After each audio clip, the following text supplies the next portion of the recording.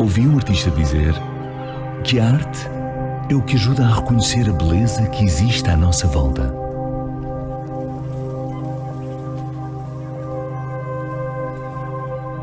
A beleza sempre foi um conceito um pouco abstrato para mim. Nunca me dediquei a tentar compreendê-la. Aliás, nunca pensei muito nisso.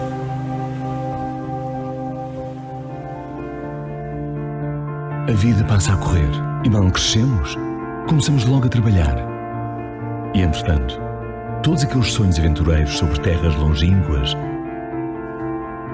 sobre o amor verdadeiro, sobre a beleza, ficaram todos algures numa neblina.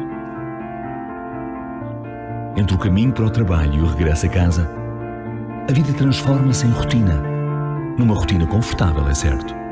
Mas um dia acorda-se e parece que algo que não devia ser esquecido ficou algures perdido. Não era nada de importante, mas era algo especial. Talvez até algo que desse sentido a isto tudo. Um dia fui parar a um local diferente, no sul de Portugal. Um lugar de que toda a gente fala e que se partilha ao ouvido. Um lugar tão conhecido, mas ao mesmo tempo, um segredo bem guardado. A luz era intensa e as cores pareciam mais vivas, havia mais contrastes. E imediatamente comecei a viver sensações que nem sabia que existiam. Logo de início não me apercebi dessa mudança, mas aquele momento transformou-me para sempre.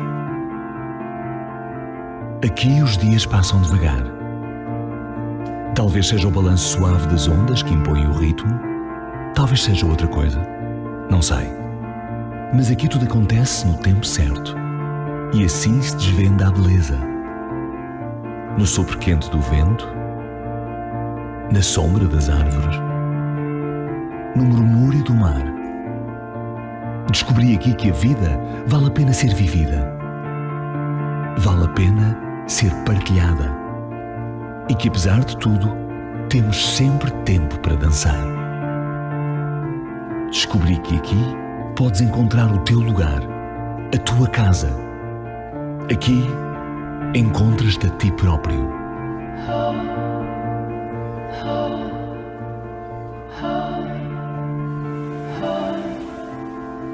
Algarve, partilha o segredo.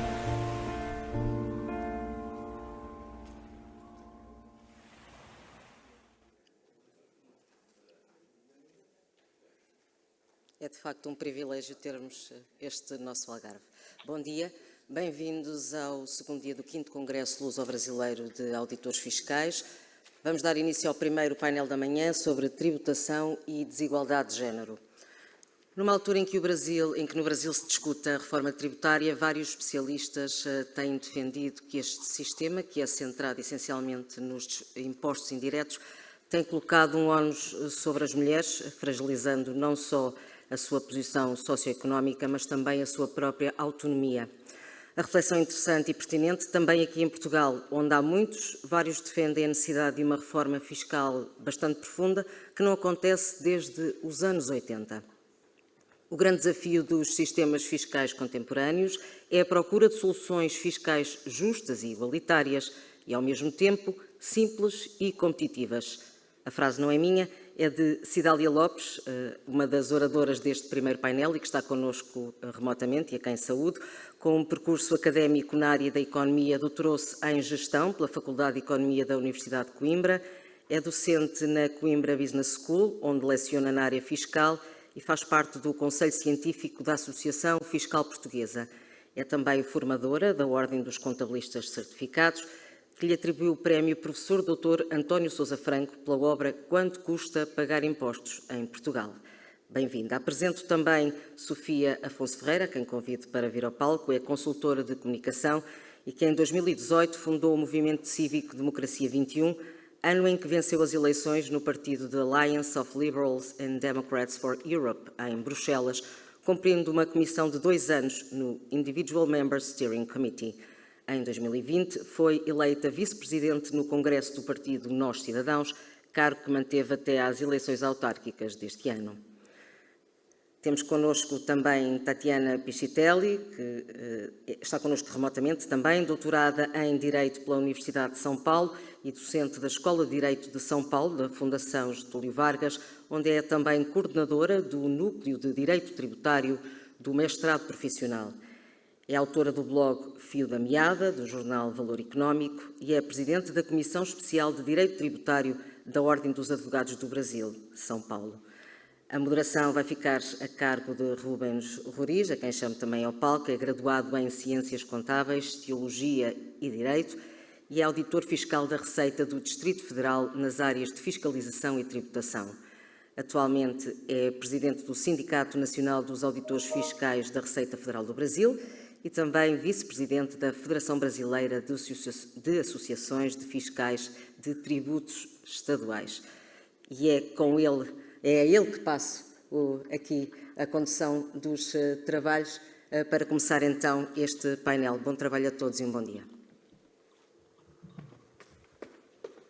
Olá, bom dia a todos, bom dia a Sofia que está conosco aqui, a Cidália e a Tatiane.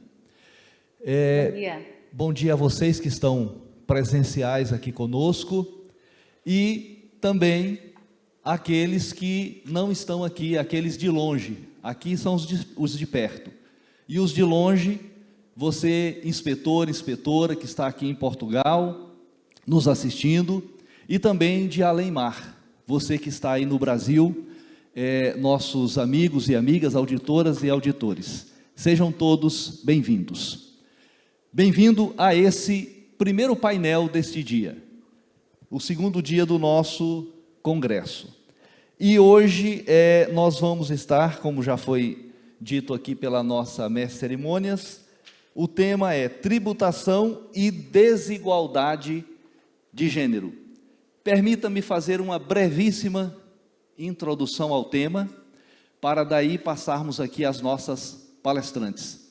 E me permita os senhores, senhoras, trazer aqui um texto da Bíblia Sagrada, onde o apóstolo Paulo escreve aos cristãos da igreja da Galácia, a Epístola aos Gálatas.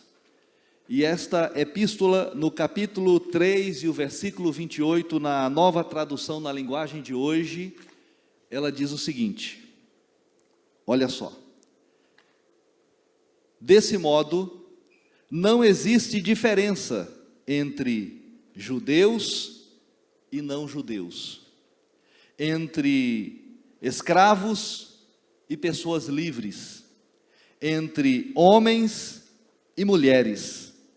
Todos vocês são um só, porque estão unidos em Cristo Jesus. Ora, aqui nós temos, em qualquer hermenêutica que se faça, um princípio de igualdade. Todavia, Sofia, demais amigas palestrantes, nós vivemos num mundo extremamente desigual. Extremamente desigual, e principalmente no tema que vamos discorrer nesta manhã, da desigualdade de gênero. O mundo hoje olha para um país que está no lado oriental do planeta, o Afeganistão, com reservas com respeito às mulheres.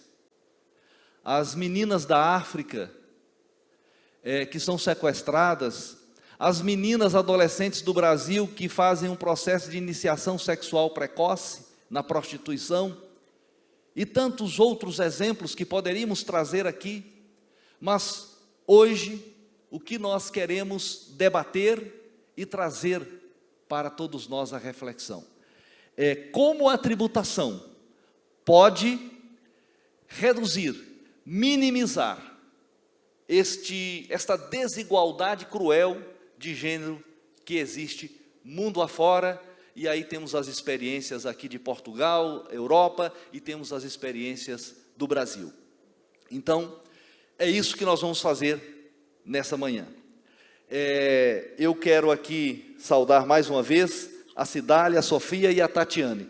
já foi dito o currículo delas aqui, mas falta uma coisa, e deixar claro para vocês aqui, hoje, nessa manhã, quem manda são as mulheres, tá certo? A MC, né? Eu estou aqui de atrevido, entrei de gaiato nessa aqui, né? Mas quem manda são as mulheres. Uma salva de palmas para todas elas. Muito obrigado. Então, já me excedi na minha fala, mas vamos lá. A primeira a falar é a nossa querida Cidália. Por favor, Cidália. Sim, muito bem. Muito bom dia a todos. Estão-me a ouvir bem? Sim? Muito bom dia a todos. Eu queria, em primeiro lugar, agradecer e felicitar a organização deste 5º Congresso dos Auditores Fiscais entre luso-brasileiro, entre Portugal e Brasil. Portanto, queria agradecer em particular ao Dr. Nuno Barroso, que gentilmente me endereçou este convite, e queria aproveitar também a oportunidade para enviar um cumprimento especial a todos os auditores tributários e inspectores tributários que em Portugal e no Brasil desempenham um papel tão importante no sistema fiscal e muitas vezes não lhe é dado lugar apropriado quando se discute política fiscal. Por isso, medidas deste género e fóruns deste género são, de facto, os locais certos para discutir a política fiscal, ou os locais também certos, porque temos uma plateia à altura e onde podemos discutir e partilhar conhecimento.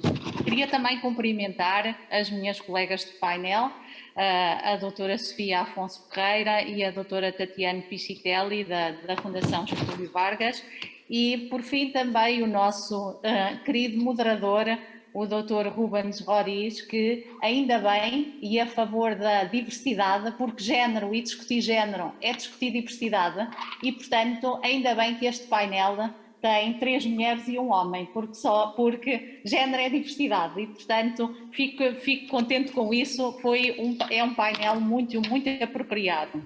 Não sendo este um tema que me seja ou que fizesse parte das minhas preocupações ou linhas de investigação, é um tema também novo, diria eu, para cá em Portugal e relativamente novo na Europa e até no Brasil. O olhar que eu tenho sobre o tema, eu diria que é um primeiro olhar. E dentro de um primeiro olhar, eu vou começar a minha apresentação e é o olhar de quem olha para o sistema fiscal do ponto de vista também, não só em matéria de política fiscal, dentro da política fiscal, não só para os aspectos teóricos, mas também para os aspectos práticos, onde os inspectores tributários têm um papel fundamental porque aplicam o sistema fiscal e onde os contribuintes têm um papel fundamental porque cumprem o sistema fiscal. Por isso, eu, na minha apresentação, e este primeiro olhar sobre a tributação e desigualdade de género tem 3 partes, é uma apresentação muito simples. Vou começar, como não podia deixar de ser, pelos objetivos ou as máximas que um bom sistema fiscal deve obedecer. Portanto, qual é o framework que o decisor de política fiscal, em que framework é que se movimenta? Quais são os objetivos? Para tentar perceber se, na realidade, a tributação e a desigualdade de género se enquadra aqui nestes objetivos e que trade-off é que, posteriormente, o decisor de política fiscal e o legislador pode fazer. Depois, posteriormente, sobre a desigualdade de género, é uma realidade e é uma realidade existente e vamos ver alguns números, e depois sobre a relação entre medidas fiscais concretas no sistema fiscal e o género. E depois a minha conclusão, o que é que me parece sobre o sistema. Ora bem, relativamente aos objetivos e aos princípios a que deve obedecer um bom sistema fiscal, eu, como não podia deixar de ser, tenho que começar aqui pela nossa referência, nós economistas, é o Adam Smith, 1776, Riqueza das Nações, pai da economia, tem um capítulo no volume 2, o capítulo 4 sobre impostos, onde o Adam Smith se refere às 4 máximas que hoje nós referimos objetivos a que deve obedecer um bom sistema fiscal.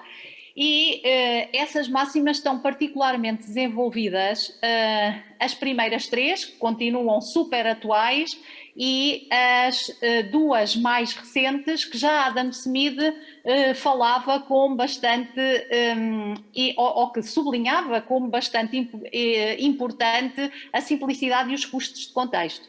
Relativamente à primeira, um bom imposto, um decisor de política fiscal, quando desenha ou define um imposto para qualquer reforma fiscal, quando é isso que se está a discutir, pensa naturalmente no primeiro objetivo a que um bom imposto deve obedecer, que é o objetivo financeiro. Um imposto bom é aquele que dá receita fiscal.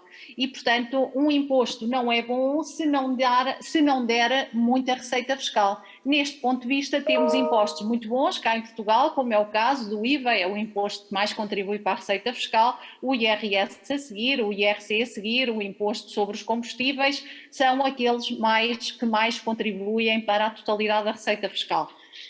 Temos impostos que, do ponto de vista financeiro, não são tão bons, como, por exemplo, a última reforma fiscal de 2011, quando a Troika esteve em Portugal, que a reforma verde, em que o governo de então introduziu um imposto sobre os sacos de plástico. Do ponto de vista da receita financeira, o imposto não é bom, não deu receita, mas foi um imposto que muito contribuiu para a sua finalidade, que foi corrigir comportamentos extrafiscais, ou seja, tornar a sociedade com comportamentos ambientalmente mais sustentáveis e, na verdade, todos nós assistimos à substituição quase imediata do saco de plástico pelo saquinho de pano e de papel e tudo mais. Portanto, os impostos, naturalmente, quando são desenhados ou definidos, servem para obter receita financeira, mas também podem servir para outros objetivos de natureza extrafiscal, onde são privilegiados alguns, e agora também está muito na moda, a par com o género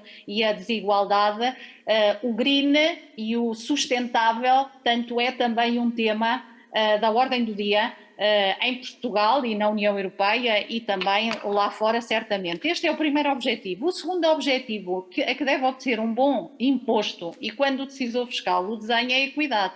A equidade fiscal, naturalmente, está intimamente relacionada com a igualdade e, portanto, a igualdade fiscal e o conceito de justiça fiscal é um conceito por si só que tem muitos juízos de valor. Portanto, o que é justo para mim pode não ser justo logo à partida para as minhas colegas de painel, para o moderador. Uma solução justa tem juízos de valor, mas o decisor de política fiscal, e no que diz respeito a impostos, tem que concretizar. Então, naturalmente que a igualdade fiscal concretiza-se na fiscalidade através do princípio da capacidade contributiva e do princípio do benefício, sendo que impostos, como é que eu atinjo a igualdade fiscal? Contribuintes com iguais rendimentos ou igual património ou riqueza devem pagar o mesmo montante de imposto. Contribuintes com rendimentos diferenciados e riqueza diferenciada devem pagar montantes diferenciados de imposto. É o que acontece quando o decisor de política fiscal introduz taxas progressivas no IRS que permitem redistribuir rendimento e riqueza, atingindo assim a equidade, ou equidade fiscal ou igualdade fiscal através da equidade vertical. Na horizontal, as taxas proporcionais permitem alguma proporcionalidade ou igualdade no pagamento dos impostos ou as taxas fixas, no limite, porque se eu tiver o mesmo rendimento com uma taxa fixa ou proporcional, pago o mesmo montante de imposto. Muito rapidamente, a neutralidade fiscal é também um imposto, é também um objetivo ou uma máxima, como referia Adam Smith, a que um bom imposto deve obedecer. Porquê? Porque quando introduz um imposto no sistema fiscal, ele deve ser neutro, não deve influenciar a forma de organização da atividade económica, não deve dar origem a distorções na afetação dos recursos, do rendimento e da riqueza da economia e até induzir a comportamentos ao contribuinte que não são neutros. O imposto deve ser o mais neutro possível. Ligado a este objetivo tradicional, Adam Smith já referia em 1776 a simplicidade e os custos de contexto. Ou seja, o cumprimento do imposto para o contribuinte e a sua aplicação por parte do Estado, neste caso, através dos auditores tributários, não deve ser mais oneroso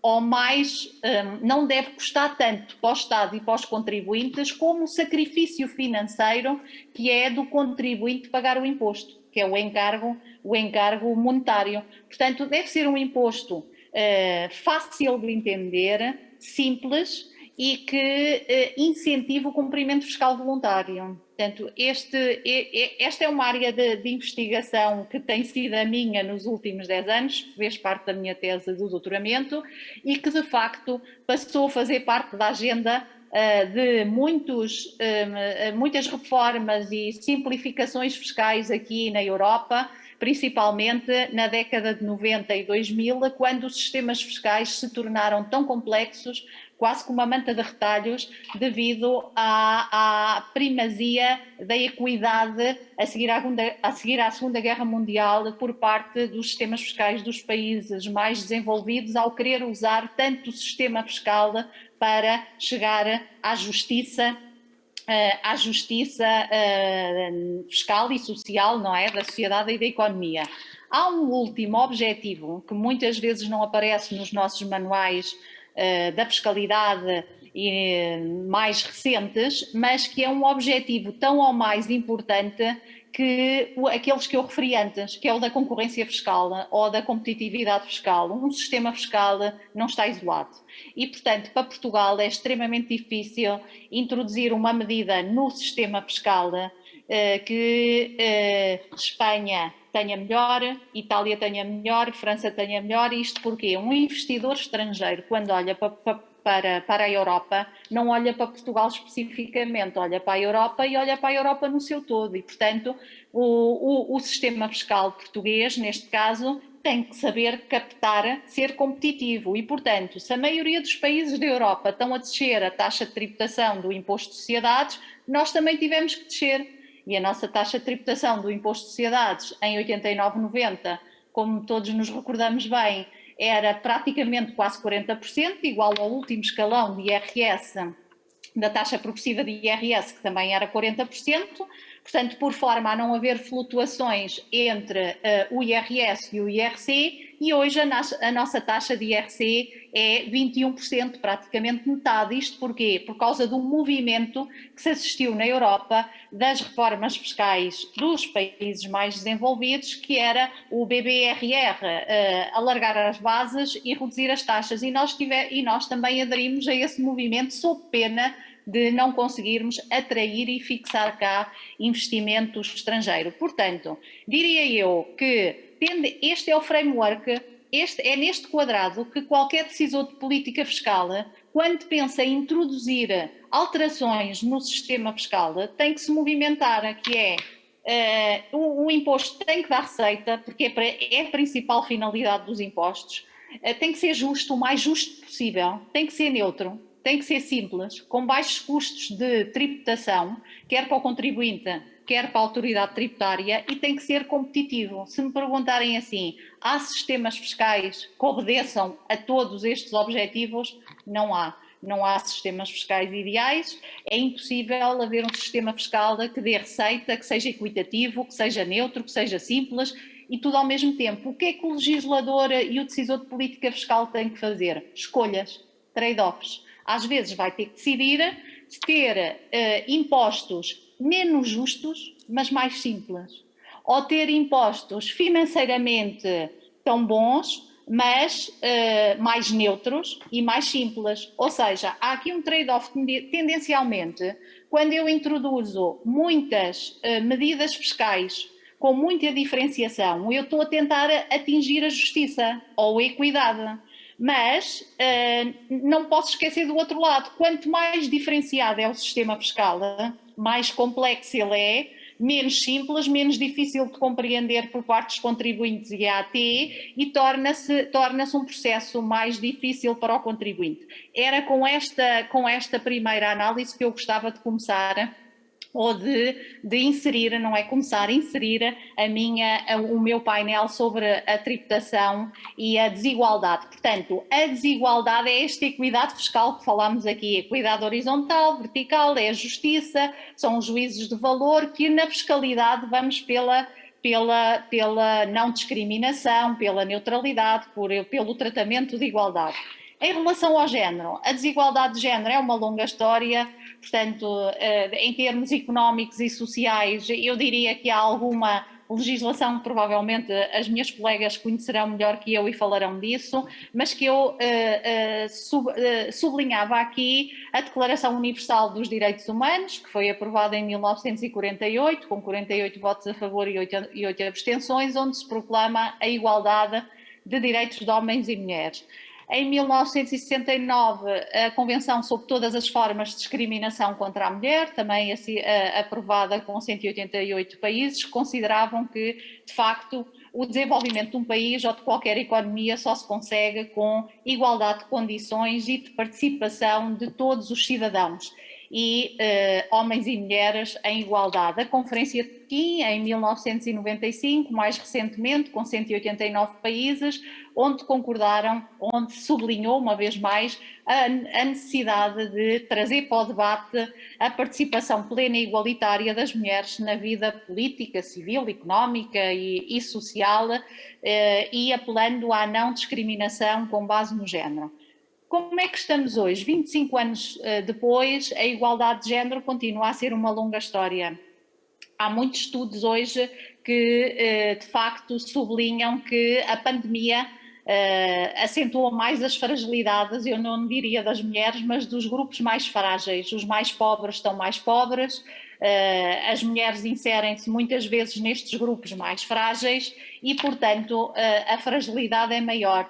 Há imensos estudos, quer da OCDE, com estes resultados. Há um que eu aqui cito.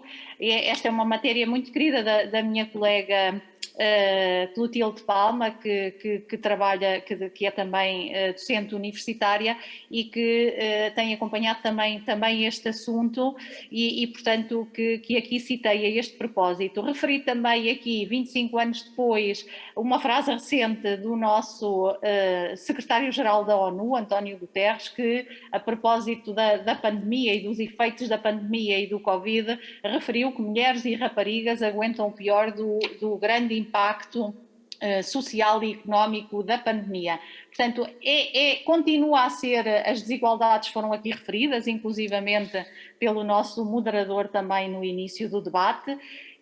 A desigualdade de género é, de facto, continua a ser uma longa história, continua a ser uma história. Desigualdade de género na sociedade e na economia, eu aproveito para referir aqui o estudo de uma consultora. As consultoras normalmente têm esta grande, os estudos das consultoras, esta vantagem de poder trazer para nós dados internacionais. Portanto, este estudo da Deloitte compara a percentagem de mulheres nos boards. Este é um tema nos conselhos de administração, este é um tema, a desigualdade de género, muito discutido ao nível também aqui social, da percentagem de mulheres nos conselhos de administração. Em termos globais é 15% e só 4% lideram os conselhos. Os países europeus que lideram a diversidade de género é a Noruega, com 42% de mulheres nos boards, seguida da França, da Suécia e a Itália, e em Portugal a percentagem de mulheres nos boards ainda está um bocadinho abaixo daquilo que seria esperado. Portanto, os estudos mais recentes em termos da União Europeia e da Comissão Europeia apontam para a percentagem dos 30%, que seria o ideal. Ainda temos aqui um longo caminho a percorrer. Temos feito alguns progressos, já se vão vendo cada vez mais mulheres nos boards e nos conselhos, porque efetivamente, como sabem, em 2017 foi introduzida a lei das cotas, que recomenda e obriga a que as empresas cumpram com uma percentagem mínima de mulheres nos boards. Tendencialmente, e desde 2017 de facto isso tem-se verificado, tendencialmente os boards, ou o perfil a percentagem como é que eram constituídos os boards das grandes empresas, dos conselhos de administração. O perfil, eu diria que era o Old Boys Club, era tendencialmente masculino, o perfil do homem, tendencialmente homens, com idade sénior e, por regra, da mesma nacionalidade. Portanto, era, de facto, aqui eram fechados, portanto, era efetivamente um ambiente fechado. O que é que nós assistimos hoje? A tentativa de introduzir maior diversidade, e eu aqui, quando refiro diversidade, eu olho para o género como, efetivamente, é bom a diversidade, isto é, não interessa tanto se é homem ou se é mulher, interessa mais diversidade, aqui deu o exemplo dos boards, diversidade nos perfis, na idade, é bom ter conselhos ou alguém nas decisões com idade sénior, mas também com idade júnior, de modo a que se contrabalance aquela sede de inovação com o conhecimento mais ponderado. É bom diferentes competências, direito, economia, engenharia, matemática, línguas. Hoje nós sabemos que o digital e o global está na ordem do dia. É bom diferentes regiões. Nós aqui em Portugal anteriormente praticamente era tudo muito centrado em Lisboa, e mesmo as próprias pessoas que faziam parte desses conselhos, ou até mesmo muito de grupos de investigação, era muito centralizado em Lisboa. Quando se fala em género, eu estendo também à diversidade regional. É bom que estejam pessoas de Lisboa, do Porto, de Coimbra, Viseu, como estamos aqui no painel, várias pessoas com nacionalidades diferentes e também com competências diferentes. E hoje nos boards temos também já muita presença de nacionalidades diferentes e, portanto, as matérias discutem-se com outra perspectiva. Eu diria que, em termos de género, desigualdade de género, houve aqui alguma evolução, principalmente com a lei das cotas em Portugal, e com algumas medidas que levaram à adoção, medidas de natureza não fiscal, que levaram à adoção de algumas iniciativas. E no sistema fiscal, qual é a história do género e qual é a relação das mulheres com os impostos? Eu diria que na relação das mulheres com os impostos, aproveito também para dar aqui 2 ou 3 marcos. E o primeiro, a nossa conhecidíssima Maria da Fonte, que foi uma mulher muito corajosa, 1846, e que naquela revolta, muito apadrinhada por ela, reuniu um grupo de mulheres, não é? Portanto, com ligadas camponesas, portanto, em que o mote da revolta tinha a ver contra o pagamento de impostos tão elevados ao governo constitucionalista da altura, que era o Costa Cabral, que levou que a Dona Maria II o demitisse e depois elegesse o Duque de Palmela para continuar a governar Portugal. Portanto, a Maria da Fonte assumiu a cara e desta forma protestou contra impostos que na altura eram cobrados e que os camponeses, só o povo pagava imposto, não é? Pagava impostos, a nobreza e o clero estavam isentos e o povo revoltou-se, e foi uma mulher que assumiu efetivamente essa revolta. Também, em termos internacionais, o grupo da Women Tax Resistance, No Vote, No Tax, ou seja, a injustiça daquelas mulheres, muito ligadas ao movimento sufragista, este movimento, injustiça das mulheres que se revoltavam quando tinham que pagar impostos, mas não votavam. E, portanto, nós sabemos que os impostos são, recorrente aqui à célebre frase do juiz americano, os impostos são o preço que nós pagamos por viver numa sociedade civilizada. E por isso, se eu pago imposto, mas não tenho direito a votar e a participar nessa sociedade, de facto, era uma tremenda injustiça, ou aqui sim era desigualdade. E, portanto, este movimento foi bastante importante nesse sentido. Fala-se também hoje, recentemente, porque este tema é muito atual, nos impostos cor-de-rosa, e a questão do género surgiu agora de forma muito recente na história dos impostos cor-de-rosa. O que é que significa este imposto cor-de-rosa? É algum imposto novo? Não. Então, o que é o imposto cor-de-rosa, o Pink Tax?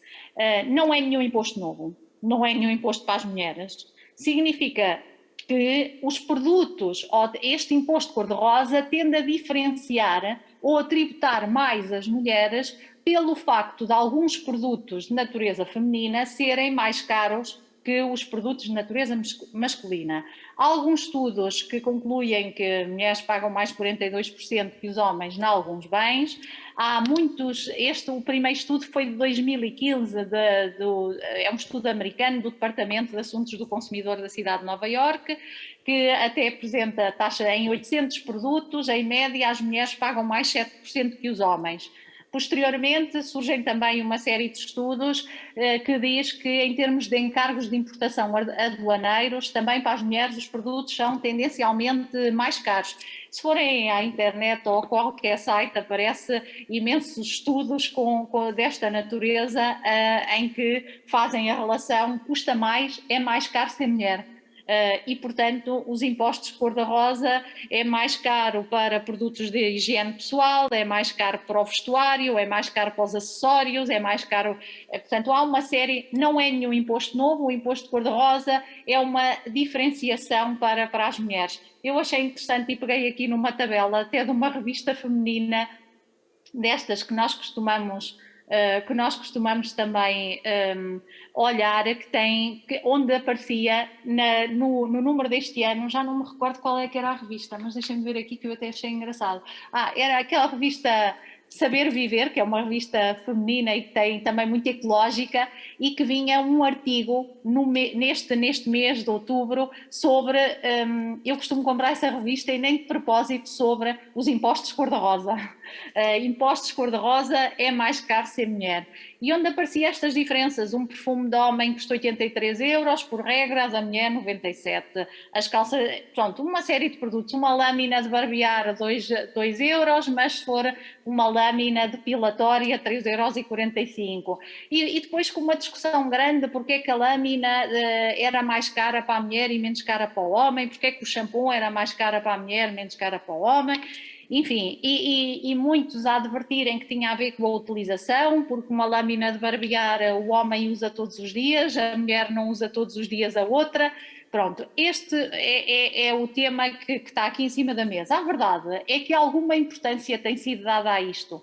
É bem conhecido este livro, o livro do Tampon, que ganhou um prémio de criatividade no Festival de Cannes em 2019, que levou a que os movimentos feministas e com os seus protestos na Alemanha fosse efetivamente igualada ou baixada alguma tributação de alguns produtos femininos para valores iguais aos do masculino ou até para valores zero. Portanto, este livro conduziu a isso e conduziu a estas alterações, e vemos alguns países na Europa a nivelarem aqui alguns produtos.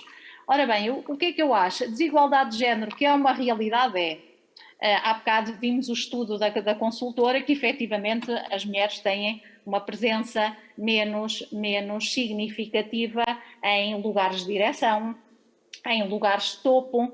É uma realidade da sociedade atual que é necessário corrigir sem dúvida nenhuma, como qualquer externalidade.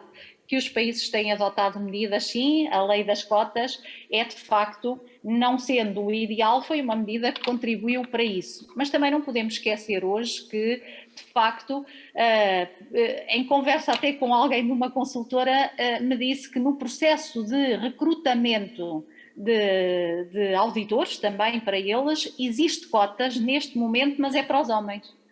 E isto porquê? Porque há mais mulheres na universidade, há mais mulheres a concorrer a estes cargos numa primeira fase. Mas o que é que acontece? Entre os 30 e os 40 anos, grande parte das mulheres desistem e ficam na carreira intermédia. E depois não há pessoas para assumir os cargos de topo. E, por regra, são os homens que tendem a assumir esses cargos.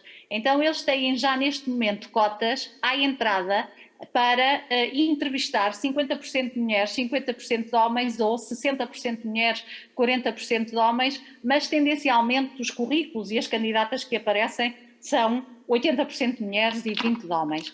Tributar e igualar género, eu acho que é um trade-off que o decisor de política fiscal tem que fazer, mas eu acho que é um trade-off entre equidade, neutralidade e simplicidade, porque quanto mais diferenciarmos o sistema fiscal, de facto mais complexo ele é e mais custos de contexto ele vai ter nas duas faces. Por outro lado, tem outro tema, desvirtua um bocadinho aquilo que são os grandes temas que hoje nos devem preocupar, que é tributação dos gigantes digitais e o combate à fraude e à evasão fiscal, mas que é necessário igualar e que é necessário que as medidas sejam mais neutras e o mais justas possíveis e o mais simples de acordo com aqueles objetivos, claro que é, mas não podemos esquecer que Portugal, e eu aqui também vou referir o estudo do quanto custa pagar impostos e do Paying Taxes de 2020, em que realmente nós temos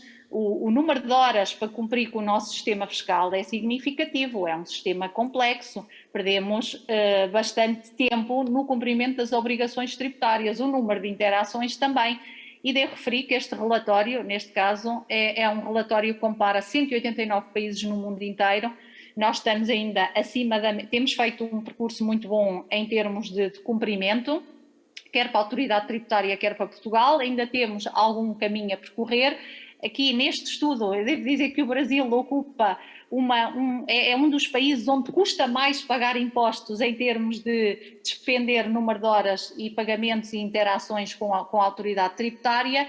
E eu referia aqui, no que diz respeito ao género, este estudo da União, esta resolução do Parlamento Europeu de 2019 sobre a igualdade de género e as políticas fiscais, que medidas é que são recomendadas aqui neste texto? Medidas de tributação, vou dar aqui, já estou a passar um bocadinho do meu tempo, mas várias medidas de política fiscal no futuro e no que diz respeito ao género. A tributação, os países devem preferencialmente adotar a tributação individual em detrimento da conjunta, benefícios fiscais e deduções à coleta que sejam atribuídos individualmente e não em função do agregado familiar ou do rendimento conjunto. Eu devo dizer que todas estas medidas já foram introduzidas no sistema fiscal português nos últimos 10 anos, diria eu, muitas delas não por razões de género, mas por razões de simplicidade fiscal. Nós tivemos um grupo de trabalho que foi constituído em 2006-07, que era o Grupo de Trabalho para a Simplificação Fiscal, tivemos outro em 2010 para a Política Fiscal, tivemos outro grupo em 2014 também para a reforma fiscal, onde se abordou muito o tema da simplicidade. E no tema da simplicidade e da facilidade de cumprimento, estas medidas de igualar foram todas introduzidas e, portanto, hoje em Portugal, a tributação separada, como sabemos, é a regra geral, a tributação conjunta é optativa, ainda que grande parte de nós adote, principalmente quem tem filhos, adote tributação conjunta, porque é de facto mais vantajoso, é uma medida que está a ser agora discutida também no orçamento para combater um tema que tem a ver com a baixa taxa de natalidade em Portugal, mas de facto a regra geral é a tributação separada e na altura o que o decisor de política fiscal decidiu foi, nesta opção, a justificação prende-se com questões de simplicidade e maior justiça e maior aproximação entre o imposto pago no final e a retenção na fonte feita, muito inspirada no sistema fiscal inglês, Pay as you earn, em que não há entrega da declaração de rendimentos no final, como muitos de nós, com o IRS automático, que foi uma medida para tirar alguns contribuintes do sistema fiscal, aliviar desta forma a autoridade tributária, que são aqueles que não fogem e que não têm hipótese de fugir, e concentrar de facto nos contribuintes de maior risco. As regras de apuramento do imposto para o homem e para a mulher também são iguais, as deduções à coleta as mesmas, as taxas as mesmas. O que é que de facto existe? Alguma diferenciação no preço dos produtos? Sim. Agora, será que é o sistema fiscal que deve corrigir essa diferenciação?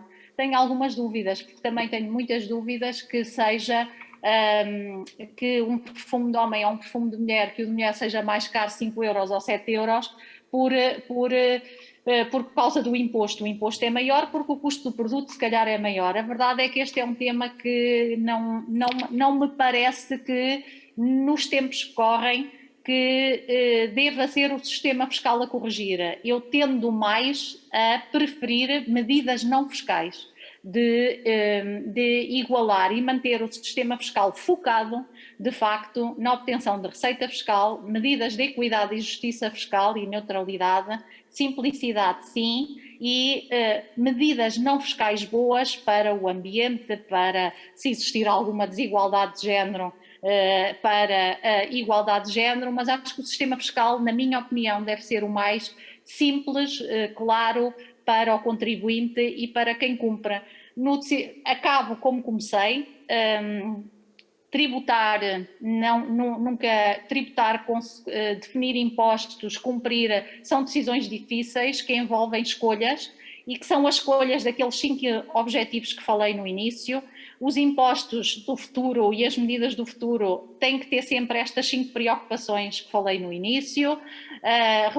Opções fiscais nunca são fáceis, há sempre medidas que são tomadas a favor dos contribuintes, de uns grupos, há sempre grupos a perder e grupos a ganhar, há aqui um trade-off que temos que fazer, não descurando nunca a receita fiscal e a equidade, que são bastante importantes, e portanto eu fechava aqui ou terminava aqui a minha apresentação, peço desculpa se me alonguei um bocadinho, deixando aqui a reflexão deste economista americano também muito conhecido: tributar e agradar é de facto um privilégio difícil de deixar ao homem, não é? É quase impossível. Agora, a desigualdade de género existe, é uma realidade, deve ser corrigida sim, não devemos descurar, continuar com progressos, incline-me mais para medidas não fiscais do que ser o sistema fiscal a corrigir estas externalidades, senão corremos o risco de qualquer dia pedirmos tudo ao sistema fiscal e o sistema fiscal não consegue cumprir com os objetivos para os quais efetivamente existe. Muito obrigada e passo a palavra aqui às minhas colegas palestrantes, que certamente poderão ter ideias diferentes e outras dimensões aqui a acrescentar ao debate. Muito obrigada.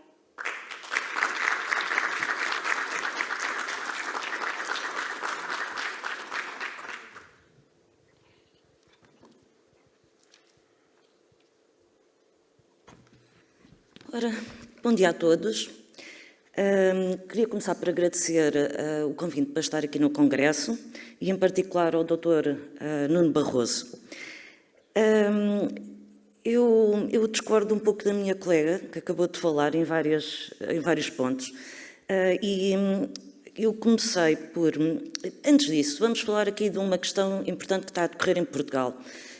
Atiguei mais para os nossos colegas brasileiros e quem está a assistir online. Na segunda-feira, de segunda para terça, à noite, o nosso Governo entregou o Orçamento de Estado. Está a ser amplamente discutido, muitos partidos estão contra, vamos ver o que é que se vai passar agora, mas não é que a questão política que está em causa, e sim que, depois de ter analisado o que foi proposto, da minha parte, se tivesse esse poder de decisão, eu chumbava. E chumbava porquê?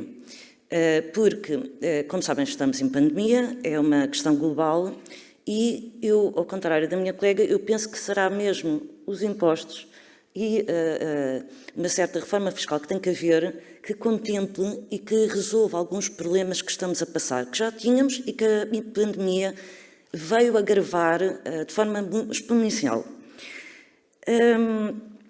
Entretanto, e também outra questão é que eu, antes de receber este convite para o Congresso, eu estou a par deste assunto em termos europeus e em Portugal, mas não estava assim tão a par do que se estava a passar no Brasil.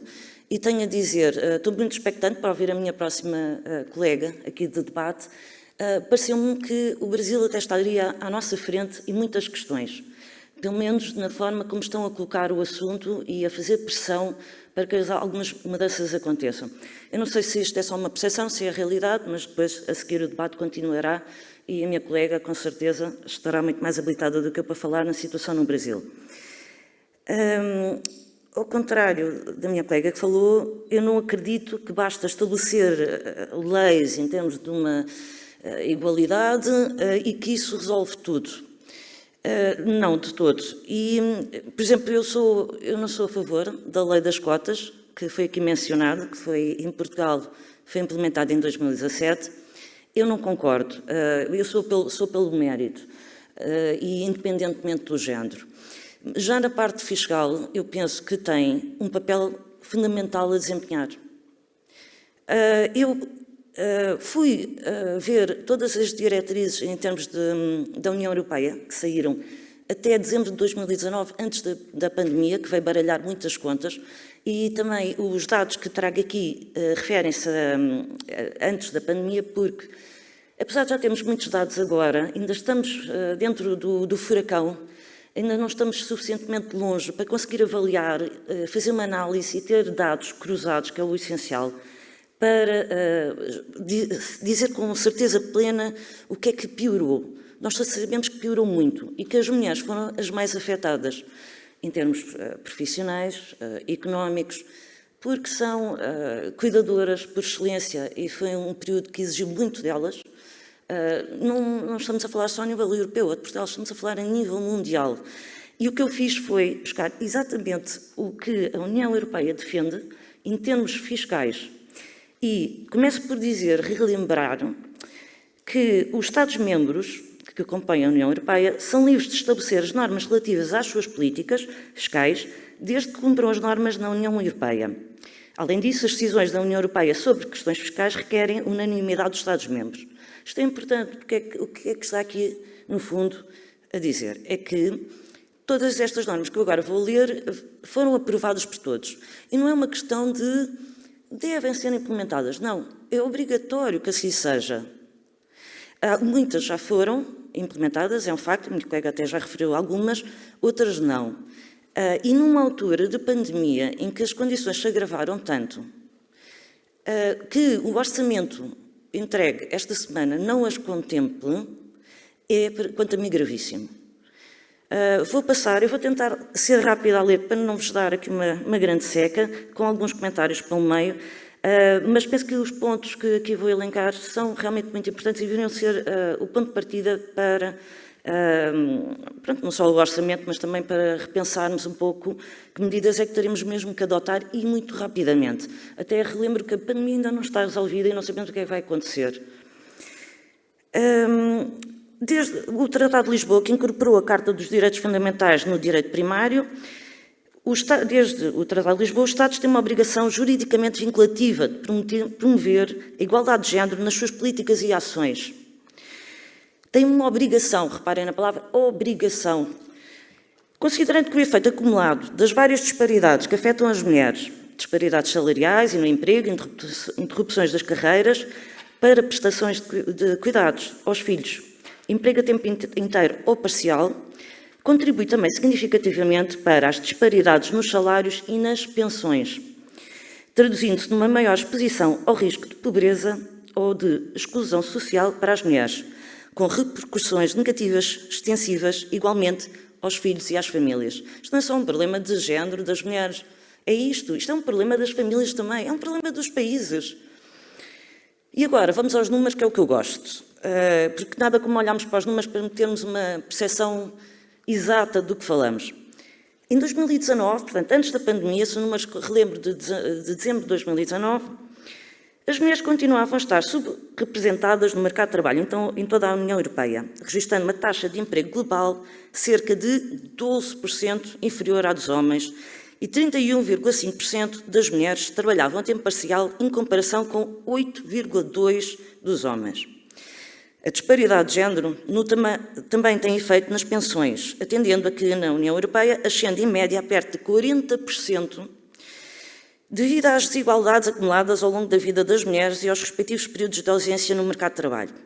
A disparidade salarial entre homens e mulheres na União Europeia situa-se nos 16%, o que significa que em todos os setores da economia as mulheres ganham, em média, menos 16% por hora do que os homens. Relembro que a Plataforma de Ação de Pequim, que aqui também já foi referenciada, sublinha a necessidade de analisar, de acordo com uma perspectiva de género, diferentes políticas e programas, nomeadamente os relacionados com a fiscalidade, de molde a proceder à sua adaptação sempre que necessário, para promover uma distribuição mais equitativa dos bens produtivos, da riqueza, de oportunidades, por aí fora. É importante frisar que as famílias devem assentar no princípio da igualdade, da justiça e da realização pessoal de cada membro, tratando as mulheres em pé de igualdade com os homens, inclusive no que respeita ao direito fiscal, enquanto indivíduos e cidadãos autónomos. As políticas de tributação podem ter preconceitos de género explícitos ou implícitos. E é aqui que eu começo um pouco a divergir do que foi apresentado anteriormente. Um preconceito explícito significa que uma disposição fiscal visa diretamente os homens ou as mulheres de forma distinta, enquanto um preconceito implícito supõe que a disposição se aplique de igual modo a todos, embora, na realidade, e aqui é que está, seja discriminatória, na medida em que interage com os padrões de comportamento e rendimento que afetam os géneros de um modo diferente. Portanto, é aqui que começa a questão. Uma igualdade fictícia. A maioria dos Estados-membros aboliu regulamentações fiscais que estabeleciam uma distinção clara entre homens e mulheres, embora os preconceitos fiscais implícitos continuem a prevalecer em toda a União Europeia, uma vez que a regulamentação fiscal interage com as realidades socioeconómicas. As opções políticas visando um aumento e redistribuição de receitas podem afetar o rendimento e a segurança económica das mulheres de forma despropositada e reduzir o acesso a serviços públicos de qualidade, o que compromete a sua capacidade para o exercício dos seus direitos económicos e sociais e o progresso na via da igualdade de género. Eu peço desculpa se alguma coisa às vezes não está bem traduzido, porque a tradução é minha. Se houver aqui qualquer coisa mal, a culpa é toda minha, que foi traduzido em inglês. Considerando que a ausência de uma perspectiva de género nas políticas de tributação da União Europeia e nacionais reforça as presentes disparidades de género, emprego, rendimento, trabalho não remunerado, pensões, pobreza, riqueza, por aí fora, desincentiva a entrada e a permanência das mulheres no mercado de trabalho e reproduz papéis e estereotipos tradicionais em termos de género. As alterações regressivas na tributação do trabalho, das sociedades do consumo e da riqueza, observáveis nas últimas décadas em todos os Estados-membros, redundaram no enfraquecimento da capacidade redistributiva dos regimes fiscais e contribuíram para a tendência de crescimento da desigualdade de rendimentos. A alteração estrutural no domínio da fiscalidade transferiu a carga fiscal para os grupos com baixos rendimentos e, por conseguinte, particularmente para as mulheres. Devido à distribuição desigual dos rendimentos, à reduzida proporção de mulheres com rendimentos superiores à média, aos rácios de consumo superiores à média para as mulheres no que diz respeito aos bens e serviços essenciais, bem como à percentagem comparativamente elevada de rendimentos do trabalho e à pequena proporção dos rendimentos do capital no rendimento total das mulheres. Considerando que as atuais políticas macroeconómicas devem refletir melhor a importância dos cuidados não remunerados e no trabalho doméstico, coisa importantíssima agora na pandemia, como todos nós sabemos, os dados demonstram que 80% dos cuidados de saúde na União Europeia são prestados por cuidadores informais não remunerados. Outra vez os números assustadores. 75% dos quais são mulheres. Certas políticas fiscais, serviços públicos subfinanciados e o acesso aos serviços sociais atingem de forma desproporcionada os grupos com baixo rendimento, uma vez que muitas vezes colmatam as lacunas da prestação de cuidados na educação e noutros tipos de apoio à família, normalmente sem remuneração, perpetuando a responsabilidade desproporcionada das mulheres na prestação de cuidados, que são também, ao mesmo tempo, as mulheres mais pobres e vulneráveis em todos os países que enfrentam o duplo fardo do trabalho de prestação de cuidados não remunerados e do trabalho precário mal remunerado. Bem, como imaginam, isto é uma situação explosiva. Como se diz em Portugal, uma pescadinha de rabo na boca. É um círculo vicioso. Quase todos os Estados-membros dispõem de um sistema dual de tributação, aplicando uma taxa de imposto marginal superior ao rendimento dos trabalhadores, que são a segunda fonte de rendimento, introduzindo taxas fixas de imposto sobre a maioria dos rendimentos de capital. A carga fiscal desproporcionalmente elevada para os trabalhadores, que são a segunda fonte de rendimento na maioria dos Estados-membros, resultante das tabelas de tributação progressiva direta, aplicadas aos rendimentos de trabalho, é um dos principais desincentivos à participação das mulheres no mercado de trabalho, para além de outras disposições em matéria de tributação e benefícios conjuntos, bem como dos custos e da ausência de serviços universais de acolhimento de crianças. Portanto, isto continua mal, portanto, já se ganha pouco, São 75% do trabalho de cuidador informal é feito pelas mulheres e depois, para como, não há um sistema, na maior parte das vezes, onde poderão ficar as crianças com um preço acessível e de qualidade, como é óbvio, e, portanto, tudo isto junto faz com que a situação cada vez seja mais precária. A pandemia, então, explodiu os números, porque eu estou a dar números antes da pandemia. Os números escalaram. Os níveis da armadilha da inatividade, que atingia em 2019 os 40%, e da armadilha dos baixos rendimentos, que afetam maioritariamente as mulheres e servem de desincentivo à sua plena participação no emprego, são em grande parte determinados por disposições fiscais diretas, bem como pela perda de benefícios. Em alguns Estados-membros, as famílias ainda podem beneficiar de reduções para os casos em que exista um custo dependente, subsídios para parceiros casados ou créditos fiscais para casais com apenas um trabalhador, que perpetuam as assimetrias em relação às famílias monoparentais, outra realidade dos nossos tempos, as quais são maioritariamente constituídas por mulheres, mais uma vez, e não reconhecem a diversidade dos contextos familiares existentes.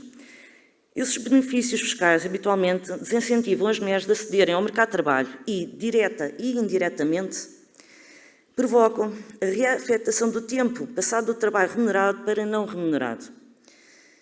É urgente apoiar a igualdade de género em todas as suas políticas fiscais e a definir orientações e recomendações específicas para eliminar os preconceitos de género no domínio da tributação e assegurar que não sejam instituídos novos impostos nem novas leis em matéria de despesas, programas ou práticas que aumentem as disparidades de género no mercado ou nos rendimentos após impostos.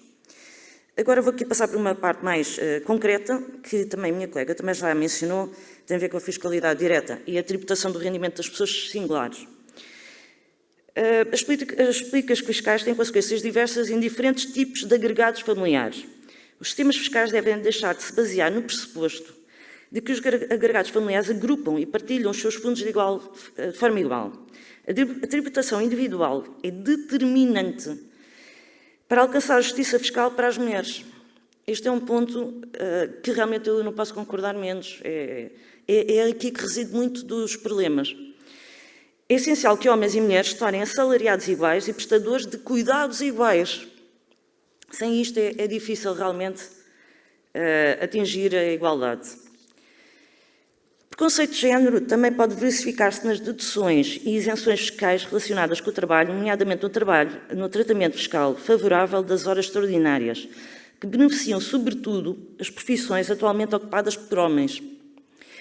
Também a inexistência, os custos proibitivos e a falta de infraestruturas suficientes e de qualidade que ofereçam serviços de acolhimento de crianças, tal como eu já disse, continuam a ser o principal obstáculo à participação equitativa das mulheres em todos os aspectos da sociedade, nomeadamente o emprego. As políticas fiscais devem melhorar a disponibilidade e a possibilidade de acesso a serviços de acolhimento de crianças a preços razoáveis e de qualidade através de incentivos fiscais. E para fechar, em matéria de IVA, e que também já fica mencionado, esta questão do IVA dos produtos. Eu, mais uma vez, aqui também discordo. Eu penso que o IVA deve refletir uma diferença nos produtos. E aqui, pronto, vou ler mais uma vez o que está, as recomendações da União Europeia, e de qual eu concordo. A percentagem de impostos sobre o consumo aumentou na União Europeia entre 2009 e 2016. O IVA também exerce uma discriminação de género devido aos padrões de consumo das mulheres, que se distinguem dos padrões de consumo dos homens, na medida em que as mulheres adquirem mais bens e serviços com o objetivo de promover a saúde, a educação e a nutrição. Estes valores também dispararam agora na pandemia. Esta situação, combinada com o rendimento mais baixo das mulheres, implica para estas uma maior carga em matéria de IVA. As políticas fiscais devem prever isenções, taxas reduzidas e taxas nulas de IVA para produtos e serviços com impacto positivo nos planos sociais, sanitários, ambiental, em consonância com a revisão em curso da Diretiva da União Europeia relativamente ao IVA.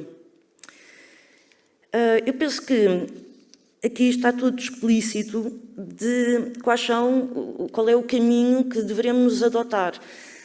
Eu não defendo que haja aqui algumas coisas que sejam para sempre, que não possam ser alteradas daqui a uns anos. Esperemos que a epidemia acabe rapidamente e que a situação melhore. Mas por agora, e enquanto não está resolvido, e não se esqueçam que não é só a pandemia acabar, nós estamos a enfrentar uma crise económica. Ora, lá está a tal pescadinha no rabo da boca. As mulheres são realmente as mais afetadas e que nós achávamos ao início que a pandemia só iria, se calhar, durar 6 meses. Uns mais pessimistas achavam que era 1 ano. Já vamos em mais de 1 ano e meio e não sabemos qual é o fim. Cada mês que passa, cada dia que passa, esta situação agrava-se. E eu acredito que agora, neste momento, são as medidas fiscais que têm mais poder para dar a volta à situação, para a resolver, para dar um apoio a quem mais necessita agora, no momento. Portanto, tudo aquilo que eu li e que, pronto, enfim, dei-me ao trabalho de retirar só a parte fiscal, que era o que interessava aqui, porque estamos no Congresso, são medidas que eu penso que não só Portugal, como os outros países da União Europeia, e agora estou ansiosa para ouvir também do lado do Brasil, mas penso que são medidas muito importantes para serem aplicadas agora, durante o período da pandemia, para ultrapassarmos o mais rapidamente possível. E que depois poderão ser, então, revistas, mas que deveriam ser agora muito bem debatidas e, quanto a meu ver, aplicadas também. E obrigada pela vossa atenção.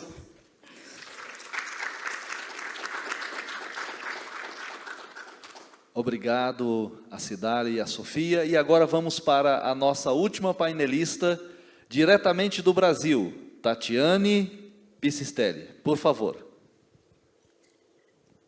Muito obrigada. Bom dia a todos e a todas que nos assistem. Inicialmente, eu gostaria muitíssimo de agradecer ao Dr. Nuno Barroso pelo convite. É um enorme prazer estar aqui, ainda que virtualmente, né, com todos vocês, para discutir esse tema que é de fato, muito relevante e como as palestrantes que me antecederam mencionaram, ele está em construção, digamos assim, né? Ou eventualmente em reconstrução, já que a gente tem essa vinculação entre tributação e gênero desde o movimento sufragista, pelo menos, como a professora Cidália bem mencionou. Gostaria de aproveitar também para cumprimentar as minhas colegas de mesa, a professora Cidália Lopes, a doutora Sofia Afonso e também o nosso mediador, doutor Rubens Roriz. Novamente, é um enorme prazer estar aqui.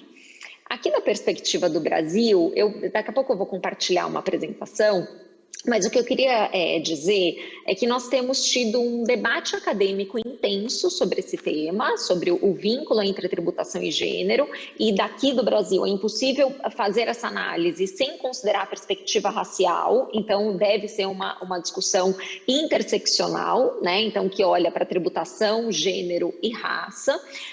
Mas a verdade é que a gente tem tido pouca evolução em termos de políticas públicas, né? Eu coordeno um grupo de estudos na Fundação Getúlio Vargas exatamente sobre tributação e gênero, com o objetivo de alimentar esse debate, de levar proposições legislativas, né, e trazer essa discussão para o ambiente político, mas a verdade é que a gente tem andado a passos muito lentos, mas a sensação que eu tenho é que simplesmente o fato de nós termos o florescimento acadêmico deste tema, com dissertações de mestrado, teses de doutorado e mesmo trabalhos de conclusão de curso nas graduações em Direito, isso já aponta para uma evolução e para a consideração da importância deste debate.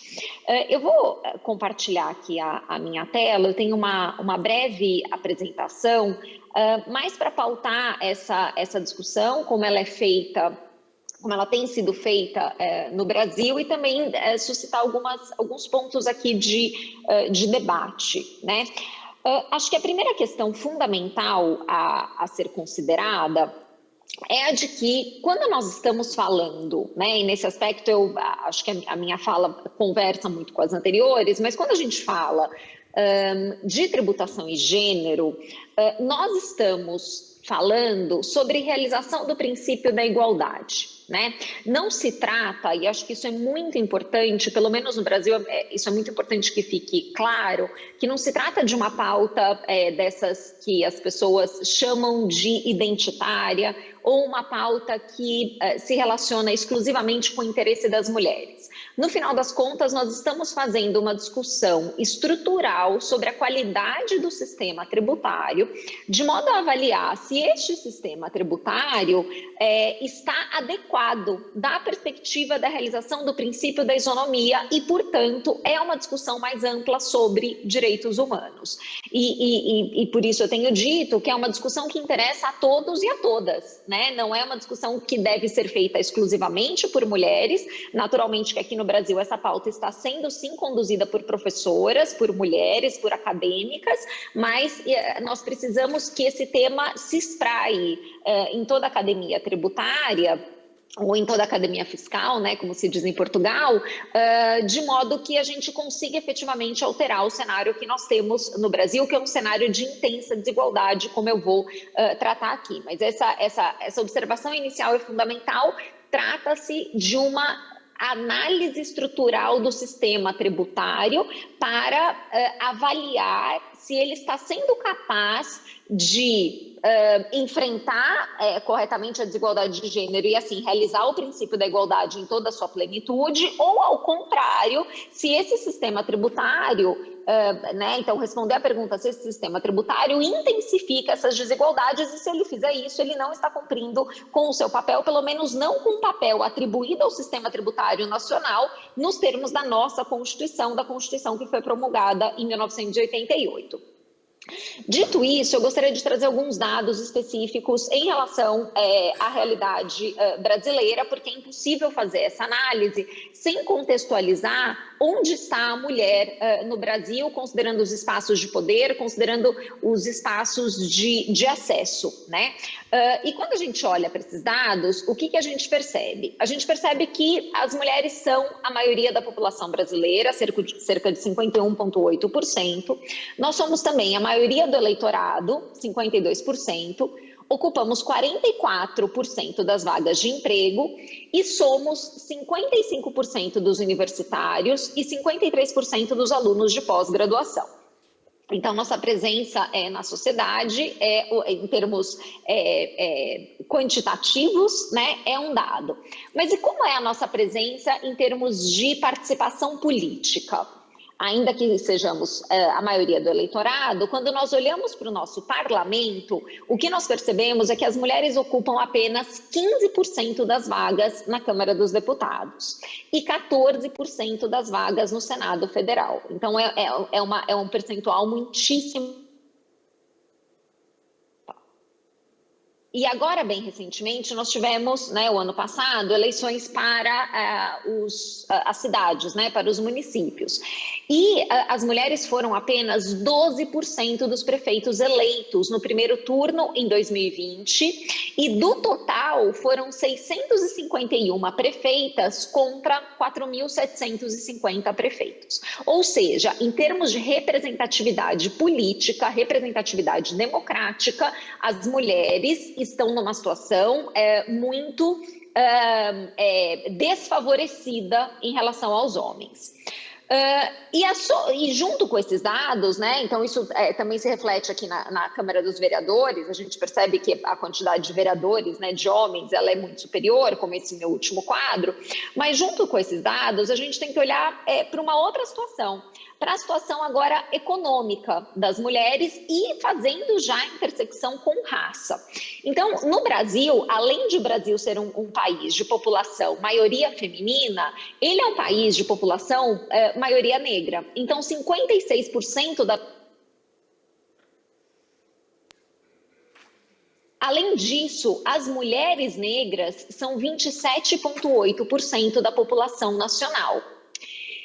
E dos lares existentes do Brasil, 57 milhões deles são chefiados por mulheres. Isso representa 40% das famílias. Então, quase metade das famílias brasileiras, quase, né, a metade tem como o principal provedor, né, uma mulher. Então, a principal provedora seria uma mulher. E aí é interessante notar que dentro desses lares que são chefiados por mulheres, esses 40%, 57% estão abaixo da linha de pobreza. E se a gente fecha este número apenas com as mulheres negras, este percentual sobe para 64,4%. Então, vejam, quando a gente diz, né, que 57 milhões de lares são chefiados por mulheres, uma primeira impressão seria, puxa, então as mulheres elas estão numa situação econômica favorecida, porque elas são chefes de família, né, elas são responsáveis, são a principal responsável pelo provimento financeiro do lar. Mas aí quando a gente olha para esse dado e faz essa intersecção, né, de as mulheres que são chefes de família, com a classe, com a situação econômica, a gente percebe que a enorme maioria dos casos coloca essas mulheres abaixo da linha de pobreza, 57%. E se eu considero apenas as mulheres negras, são 64,4% abaixo da linha de pobreza. Então, isso mostra que as mulheres no Brasil, e especialmente as mulheres negras, estão em situação de vulnerabilidade econômica muito significativa. Olhando novamente para a população negra, o que nós temos é que, dentre as pessoas com rendimento domiciliar per capita abaixo da linha de pobreza, a população negra, ela é a absoluta maioria, né, que é esse lado azul do gráfico. Então, seja em relação àqueles que ganham menos, que têm rendimento per capita inferior a 1,9 dólares, ou aqueles que têm rendimento per capita inferior a 5,5 dólares. Então, a gente percebe que as mulheres estão na base da pirâmide social do Brasil e especificamente as mulheres negras. E aí tem mais um dado interessante que mostra exatamente este ponto que eu estou tentando fazer aqui. Esse gráfico é um gráfico que considera dados de 2018, é o mais recente que nós temos, e a situação não mudou muito de lá para cá, ao contrário, né, ela piorou considerando a pandemia e a severa crise econômica que o Brasil está enfrentando. Então, esse gráfico ele mostra o quê? Ele mostra a diferença salarial entre homens e mulheres no Brasil. A diferença salarial média entre homens e mulheres, né, o gap salarial, é de cerca de 78,7%. Então, a mulher ganha cerca de 78,7% do salário de um homem, na média. Quando nós fazemos a intersecção com raça, qual é o nosso resultado? Em comparação a um homem branco, uma mulher preta ou parda ganha apenas 44,4% da remuneração deste homem branco. E mesmo intragênero, existe uma desigualdade significativa. Se a gente compara a remuneração da mulher preta ou parda com a mulher branca, nós percebemos que a mulher preta ou parda ganha apenas 58,6% do que ganha uma mulher branca. Então, sem dúvida nenhuma, quando a gente olha para a situação da sociedade brasileira, que é uma situação de extrema desigualdade, ainda hoje, né, está na capa de todos os jornais, nós temos quase 30 milhões de pessoas em situação famélica no Brasil. A desigualdade aumentou significativamente em razão da pandemia da Covid-19, que ainda está por aqui.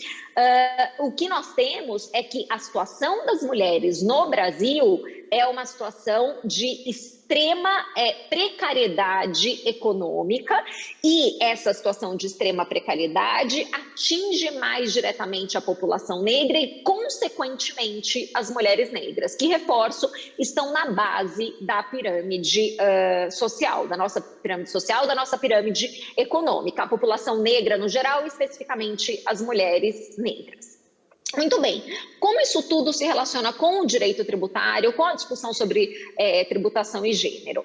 A discussão sobre tributação e gênero, ela tem uma proposta que é bastante específica, que é a de identificar quem é o sujeito, o indivíduo, a pessoa que está desfavorecida com um sistema tributário desigual. Porque nós temos um dado relevante no Brasil. A nossa tributação, ela é basicamente concentrada no consumo. Quando a gente olha para os últimos dados da Receita Federal, a gente percebe que, né, de acordo aqui com o meu destaque, a tributação sobre bens e serviços, ela é responsável por quase 45% da arrecadação tributária. Isso resulta no quê? Resulta num sistema tributário extremamente regressivo. E a regressividade, naturalmente, que traz com ela a desigualdade. Um sistema tributário regressivo é um sistema tributário desigual, que onera mais pesadamente a população mais pobre. Essa discussão, ela é uma discussão existente no Brasil já há anos, né? Especificamente da perspectiva econômica, os economistas fazem muito esse debate, né, trazem esse debate à tona, e já há alguns anos, talvez na última década, isso começa a ser incorporado ao direito tributário.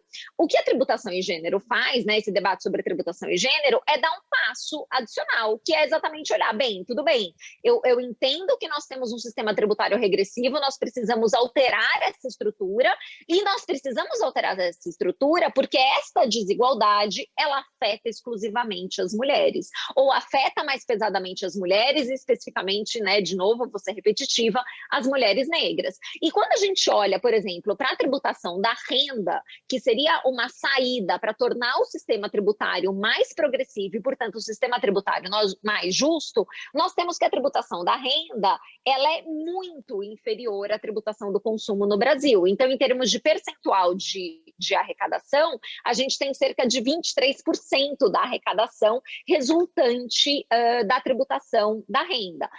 Ainda no Brasil, né, como foi dito na abertura, a gente está numa discussão sobre reforma tributária, inclusive uma discussão sobre uma reformulação da tributação da renda no Brasil. Agora, infelizmente, a despeito disso, essas questões relativas à desigualdade, elas não têm sido corretamente enfrentadas. Ao contrário, o que a gente percebe é uma tentativa de manutenção de privilégios e não uma tentativa de tornar o sistema tributário efetivamente mais progressivo e que ataque especificamente essa situação de desigualdade que nós temos. Então, esse é um ponto, digamos, inicial do debate. Então, quando a gente olha para a estrutura do sistema tributário, nós percebemos que o sistema tributário brasileiro, ele perpetua as desigualdades, pelo fato de ser regressivo, e esta regressividade atacar diretamente, ou pelo menos prejudicar diretamente, as mulheres, e mais especificamente as mulheres negras. É quase que um raciocínio lógico dedutivo, né? Se a regressividade, ela prejudica mais diretamente os mais pobres, sendo os mais pobres as mulheres, especificamente as mulheres negras, são elas as mais prejudicadas. Então, a gente tem aqui uma discriminação implícita de gênero, na minha visão. Só que, para além dessa discussão, né, que é uma discussão estrutural, nós temos ainda algumas questões específicas no que se refere ao tema de tributação em gênero que devem ser consideradas também no contexto brasileiro. E aí eu trago 3 pontos aqui que são importantes de serem enfrentados. O primeiro, que já foi mencionado anteriormente, se refere ao Pink Tax, né, que é essa discussão sobre o fato de que os produtos femininos são mais caros do que os produtos masculinos, e esse fenômeno econômico que é o Pink Tax, que não é exatamente uma consequência tributária, mas ele tem uma implicação tributária indireta e por isso acho importante ser mencionado. Um segundo debate se refere à tributação de absorventes ou tributação de produtos menstruais. Esse exemplo, né, do Tampon Book, que foi trazido aqui, que foi coordenado, né, por uma iniciativa de feministas alemãs, ele é muito ilustrativo, ele é muito interessante da perspectiva do reconhecimento da essencialidade desse tipo de bem, e eu vou falar um pouco sobre isso. Até agora, na semana passada a gente teve alguns desdobramentos nesse debate aqui no Brasil. E uma outra questão específica que também deve ser levada em conta se refere exatamente à tributação da renda. Quando a gente tem um sistema tributário que estabelece privilégios da perspectiva da tributação tributação da renda e não se preocupa com a progressividade na tributação da renda, esse sistema tributário naturalmente favorece os homens e favorece os homens brancos. Então, a gente tem que olhar para os números mais específicos de tributação da renda para apontar como isso pode trazer um viés implícito de discriminação. Né? Nesse ponto, eu acho que é um viés implícito de discriminação. No caso dos produtos de higiene menstrual, eu me aproximaria mais de um viés explícito de discriminação. Mas eu vou começar aqui, eu tenho que abordar esses 3 pontos, e eu vou começar aqui com o Pink Tax, né, que é algo que já foi mencionado aqui, então eu vou fazer uma fala rápida aqui nessa introdução, para fazer referência aqui àquele estudo, né, que a professora Cidália mencionou, do Departamento de Consumo da cidade de Nova York, que fez um levantamento mais sólido, né, a respeito dos bens que são majoritariamente direcionados pelo mercado para as mulheres, não necessariamente consumidos, né, acabam sendo consumidos pelas mulheres porque são bens direcionados pelas mulheres, e os bens que são direcionados pelo mercado para os homens. Isso, e daí vem a expressão Pink Tax, né, porque o pink é uma cor, né, o rosa é uma cor sociologicamente vinculada às mulheres, e o tax, ele advém não propriamente do fato de ser um tributo, mas do fato de ser uma imposição escondida que a gente não percebe, que acaba sendo incorporado no custo daquele produto, mas não é propriamente um tributo. Eu reforço aqui, como a professora Cidália mencionou, trata-se de um fenômeno econômico que se verifica empiricamente, né? Então, esse movimento, ele começa, na verdade, na França. Um grupo de feministas francesas, elas percebem que os produtos direcionados para as mulheres, a Gillette cor-de-rosa, o medicamento, a vitamina, são produtos mais caros se comparados com o mesmo produto oferecido para os homens, para o mercado. E aí elas fazem um manifesto, isso se espraia para outros países, e aí nos Estados Unidos a gente tem esse estudo consistente que acabou virando uma referência, esse estudo que mostra então que as mulheres pagam mais 168 vezes do que em relação aos homens, né, que pagam mais apenas 72 vezes. E a incidência, né, do pagamento maior pelas mulheres, ela é de 42%, enquanto para os homens, 18%. Mulheres e homens pagam igual, né, pelo mesmo tipo de produto, 40% das vezes. Então, claramente aqui a gente tem um problema. Como eu disse, o impacto tributário ele acaba sendo indireto, porque na medida em que esses bens são tributados, seja pelo IVA, seja pelo sales tax, ou seja pelo ICMS aqui no Brasil, né, pelo Imposto sobre Circulação de Mercadorias, as mulheres elas vão ser mais oneradas, né, da perspectiva tributária, já que o imposto considera como a base de cálculo do imposto é o valor do bem. E isso junto com o fato de que as mulheres já ganham menos. Então, isso também tem um impacto na disponibilidade da renda das mulheres, que acaba sendo menor simplesmente por consumirem um produto que é direcionado a elas no mercado. E o mais interessante é que muitas vezes a gente não tem ciência dessa diferença. E quando eu me deparei com esse estudo e com esse movimento na França, né, em diversos outros países, eu pensei, falei, bem, mas será que isso existe no Brasil? E eu nunca teria percebido, né, eu que estou engajada nessas causas, né, seja da perspectiva tributária, ou seja da perspectiva de gênero. E aí eu fiz uma pesquisa meramente exploratória, que eu gosto de mostrar quando eu falo sobre o tema, só para chamar a atenção dessa diferença que, de novo, passa sem que a gente perceba. Então, de novo, é uma pesquisa meramente exploratória, ela não está metodologicamente orientada, e eu sigo recebendo exemplos, né, de alunas, de colegas que começaram a se dar conta dessa diferença, e eu convido, né, todos e todas que estão aqui nos assistindo a começar a fazer essa comparação se vocês nunca fizeram antes. Então, eu vou passar aqui muito rapidamente, né? São todas pesquisas de internet, naturalmente. Então, nos brinquedos, isso é muito evidente. Então, eu tenho aqui um patinete, né? E vejam que é exatamente a mesma marca, o mesmo tipo de produto, não há uma diferença substancial entre eles que não seja a cor. Então, o patinete azul, ele custa R$342, enquanto o patinete rosa custa R$379. É o mesmo fabricante com as mesmas especificações. A mesma coisa com essa moto elétrica, né? Uma é de um personagem que é mais vinculado ao universo masculino, que é o Iron Man, o Homem de Ferro, e outra com personagens mais vinculadas ao universo feminino, que são as princesas da Disney. Um custa R$476, outro custa R$506. Mamadeiras, essas mamadeiras para mim elas sempre, né, me causam estranheza porque não há justificativa, né? Então uma mamadeira azul, duas, né, uma dupla de mamadeiras azuis custa R$131, enquanto a mamadeira cor-de-rosa custa R$139. Aqui são 2 microfones, né? O azul e amarelo, ele custa R$75.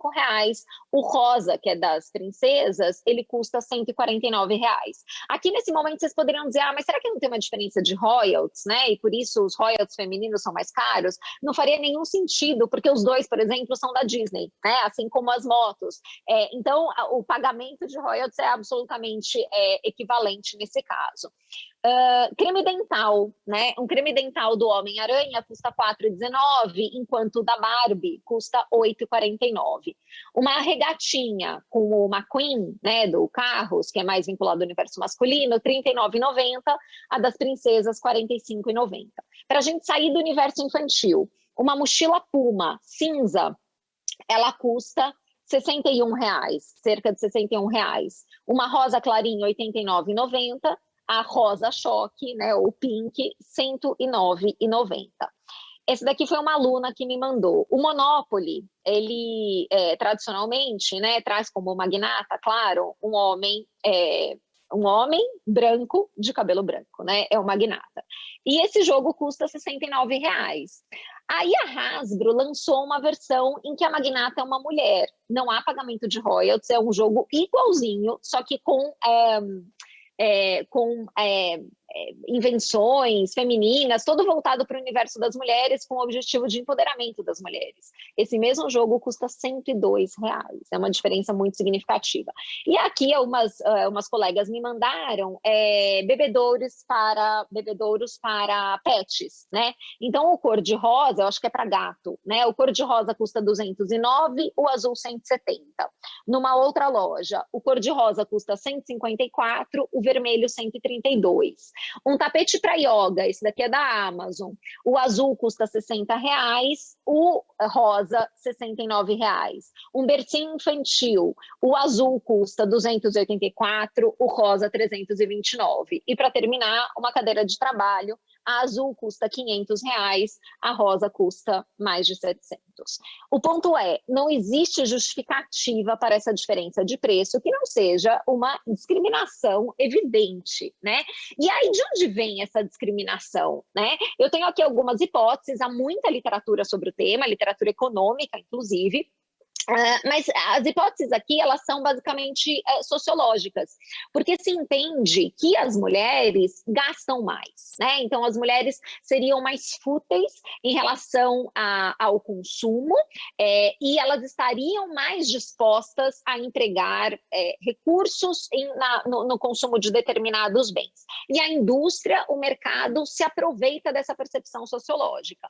Só que essa percepção, pelo menos da perspectiva brasileira, e a literatura internacional, ela vai na mesma linha, ela é completamente equivocada. Em primeiro lugar, ela é equivocada porque ela parte da percepção de que o lugar da mulher é um ambiente privado e que, na verdade, a mulher ela pode ser fútil porque ela não está gastando o seu dinheiro, ela está gastando o dinheiro do marido, o que já não é verdade, considerando a independência financeira e a ocupação dos espaços públicos pelas mulheres. E, em segundo lugar, isso também não pode ser verdade na medida em que as mulheres, elas são as mais responsáveis pelo cuidado da casa e pelo cuidado das pessoas que na casa habitam. No Brasil, por exemplo, as mulheres se dedicam o dobro de horas na semana exatamente nessas funções, independentemente de a mulher estar no mercado formal de trabalho. Então, na média, as mulheres gastam 20 horas na semana cuidando da casa e cuidando das pessoas, enquanto os homens gastam apenas 10. Isso indica o quê? Que são as mulheres que são as responsáveis por fazer o supermercado, por ir à à farmácia por comprar roupas crianças. Esse arranjo social, naturalmente, decorre de uma sociedade patriarcal que olha para as mulheres e atribui a elas a função do cuidado, né? Contra isso, essa é uma das muitas pautas do movimento feminista, né? De dizer que este cuidado ele tem que ser compartilhado. Mas a realidade, infelizmente, ainda é outra, né? Isso, as mulheres se dedicam o dobro de horas para esses cuidados em relação aos homens, e aqui a gente tem uma enorme discussão que está até aqui de lado, que eu não vou abordar, sobre o trabalho não remunerado e a importância desse trabalho não remunerado, inclusive para o desenvolvimento econômico. Há diversos estudos da OCDE nesse sentido. Então, sendo as mulheres, né, as responsáveis por este trabalho de cuidado, naturalmente que elas não vão ser irresponsáveis em relação ao dinheiro, em relação à distribuição dos recursos que estão disponíveis na casa para o cuidado das pessoas. Então, é uma percepção equivocada do mercado, mas a verdade é que ele se apropria dessa estrutura social que nós temos para impor ônus indevidos às mulheres. E eu fiquei absolutamente surpresa, né, quando eu comecei a pesquisar, essa pesquisa meramente exploratória, esses preços, porque, novamente, eu nunca havia percebido que há essa diferença. Não é diretamente uma questão tributária, o Pink Tax, de novo, é um fenômeno econômico que tem reflexos tributários indiretos, mas que precisa ser enfrentado adequadamente da perspectiva do direito do consumidor, porque há aqui, para mim, uma evidente desigualdade, tratamento desigual e ofensa às regras do direito do consumidor na medida em que há diferenciação unicamente pelo gênero. Eu não sei em Portugal, mas no Brasil agora a gente tem uma nova onda de produtos para cólicas menstruais. Então, são produtos que são, no geral, cor-de-rosa, né? Os medicamentos, né? Tem embalagem cor-de-rosa e vem junto com algum símbolo feminino ou alguma expressão feminina. Então, a gente tem aqui, eu não sei se tem em Portugal, o Advil, que é o ibuprofeno, mulher.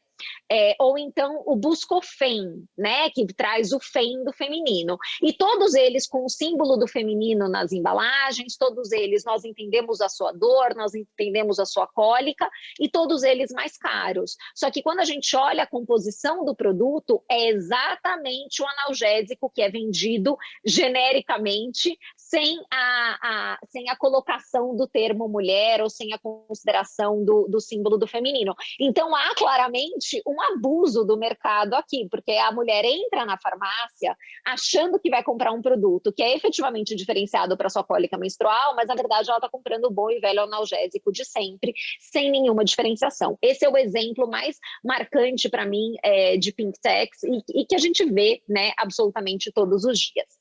Ao lado do Pink Tax, para não me estender aqui demais, nós temos uma outra discussão, que é a discussão da tributação dos produtos de higiene menstrual. E eu tenho aqui um gráfico que é de 2017, que mostra que o Brasil se coloca no topo, dentre algumas jurisdições selecionadas. Esse gráfico foi publicado pelo jornal Nexo, né, que é um jornal online aqui no Brasil. Mostra que o Brasil se coloca no topo em termos de tributação desses bens, a tributação é superior a 25%, o levantamento da Receita Federal mostra que essa tributação chegaria a 27,5%, olhando, né, para absorventes e tampões e genericamente produtos de higiene menstrual. Desde 2007 até hoje, a gente teve muita evolução internacional sobre esse tema.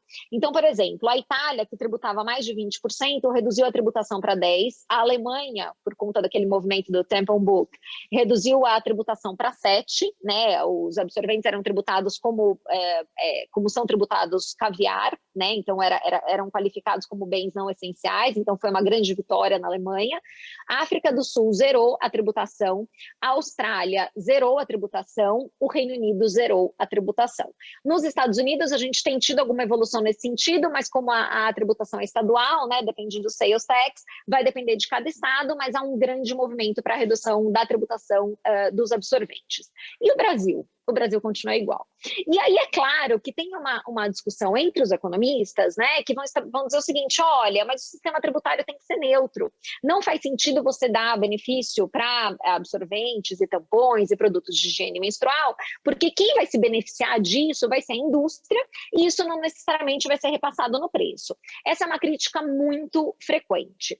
E uma outra crítica igualmente frequente é o fato de que esse benefício fiscal ele seria regressivo, no sentido de que ele beneficiaria mais as mulheres mais ricas, né? E eu, uma mulher que sou considerada rica aqui no Brasil, eu não preciso desse benefício fiscal.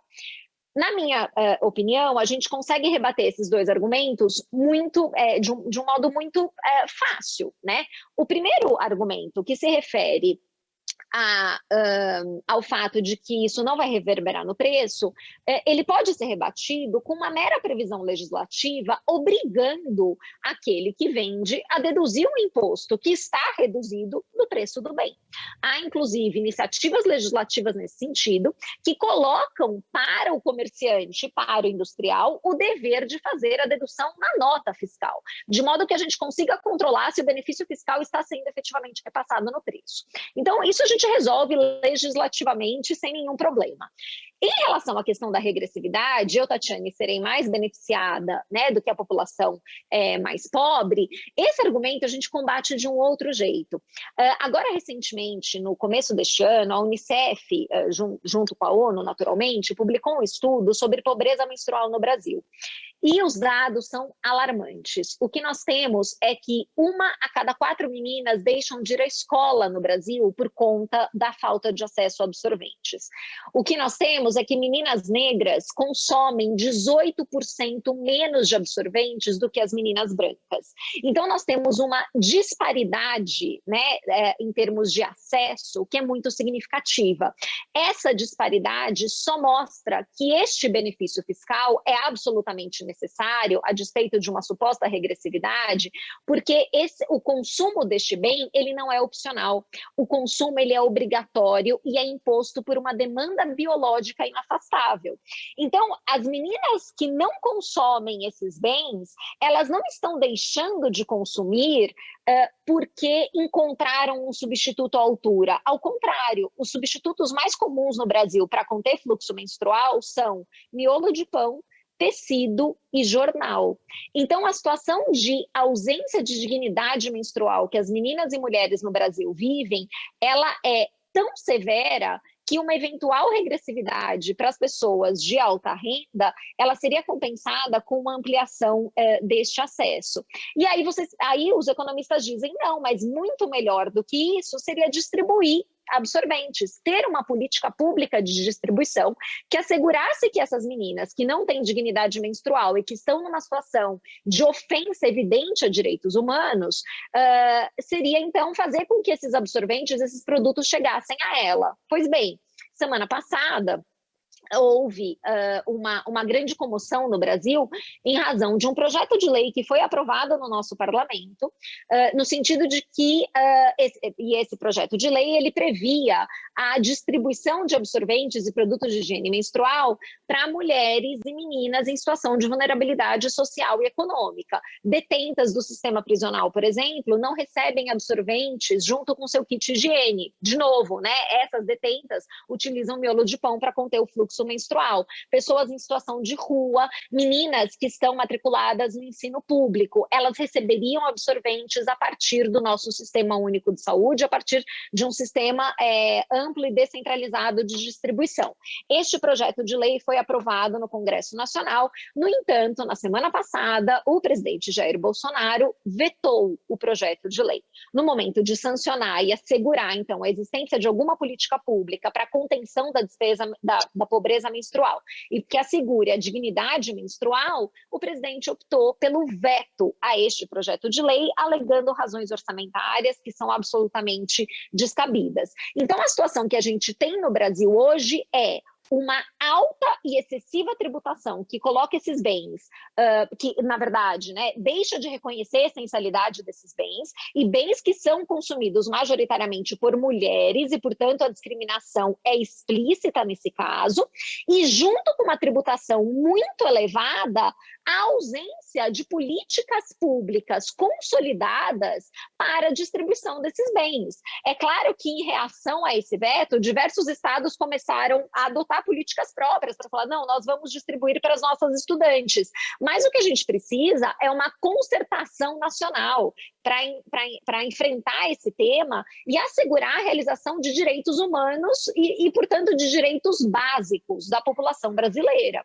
Então, é por isso que o argumento pela regressividade do benefício fiscal, ele acaba ficando deslocado, porque a regressividade faria sentido se a gente tivesse alguma política pública de distribuição, alguma política pública que enfrentasse o tema, e nós não temos, ao contrário, nós temos o governo agindo contra o combate da dignidade menstrual. Então, esse é um ponto que é absolutamente fundamental nesse debate, e é claro que há um trabalho, né, que vem sendo conduzido desde a semana passada de muitas organizações para a derrubada desse veto. Eu espero que o veto seja efetivamente derrubado, mas a gente precisa caminhar sobre essa questão. E é importante dizer também que, a despeito desse argumento da regressividade, né, do benefício fiscal ou da pouca efetividade no preço, numa mesma reunião do CONFAS, né, que é o Conselho Nacional de Política Fazendária, que discute benefícios fiscais para o ICMS, na mesma reunião do CONFAS, em que se discutiu a possibilidade de concessão de benefício fiscal para bens de higiene menstrual, e isso ainda não foi votado, na mesma sessão foram votados benefícios fiscais para telhas que são utilizadas em construção de alto padrão. Então, foi concedido o benefício fiscal para telhas, para construção de alto padrão, mas não para os absorventes, o que só mostra que, infelizmente, esse debate político no Brasil, ele acaba sendo oportunista, e acaba sendo oportunista também pela baixa representatividade das mulheres, né? Então, como as mulheres não estão devidamente representadas, esse tema não é efetivamente levado a sério, e o que a gente tem é uma disputa de privilégios. Isso me parece muito claro. E, para terminar, eu só queria fazer algumas considerações muito rápidas sobre a questão da tributação da renda, né, no Brasil. Como eu mencionei, a tributação da renda no Brasil ela é baixa, né? Tudo bem que nós somos um país de média renda e, portanto, é normal que a gente concentre a nossa carga tributária no consumo, mas ainda assim a gente tem muito que evoluir na tributação da renda para que ela seja efetivamente progressiva e não regressiva como é hoje. Olhando aqui para os grandes números da Receita Federal do Brasil, né, esses são os últimos, eu queria destacar apenas, pelo menos um ponto aqui que eu acho que é interessante e que revela um viés de discriminação implícita. No Brasil, eu não sei como é em Portugal, eu sei que na Espanha é parecido, mas no Brasil, o pagamento de pensão alimentícia, ele é dedutível do imposto de renda de quem paga. Então, ele é deduzido da base tributável de quem paga. E quando a gente olha para os grandes números da Receita Federal, a gente percebe que são os homens os grandes pagadores de pensão alimentícia. Então, são cerca de 15 bilhões, né, 15,3 bilhões pagos pelos homens, enquanto as mulheres pagam somente 350 milhões de pensão alimentícia. Ou seja, esses 15,3 bilhões são deduzidos da renda tributável do homem.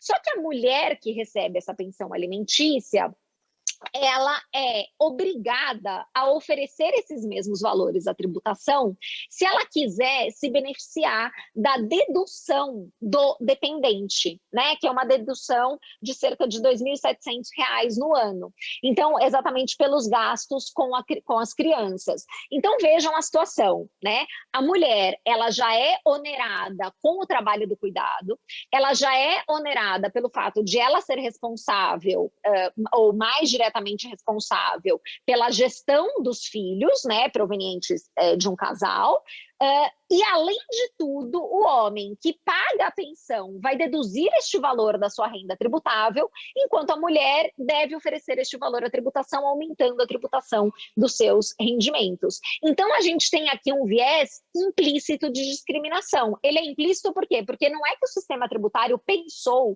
em discriminar as mulheres nesse caso, como acontece no caso dos absorventes. Nesse caso, a gente tem uma situação contingencial. Como os homens pagam mais de 95% das pensões, fiscais, eles é que acabam beneficiados, né? Eles se beneficiam tanto pela ausência do cuidado, quanto pela possibilidade de deduzir esses valores da sua base tributável. Considerando que eles já ganham mais, eles ficam numa situação muito mais confortável economicamente do que as mulheres, que acabam sendo mais tributadas. Esse tema está em debate no Supremo Tribunal Federal. Há uma ação direta de inconstitucionalidade, né, para reconhecer como inconstitucional essa dedução, e há alguns votos favoráveis à inconstitucionalidade, né? A gente não sabe como isso vai se desenvolver, mas é um ponto importante para a gente observar.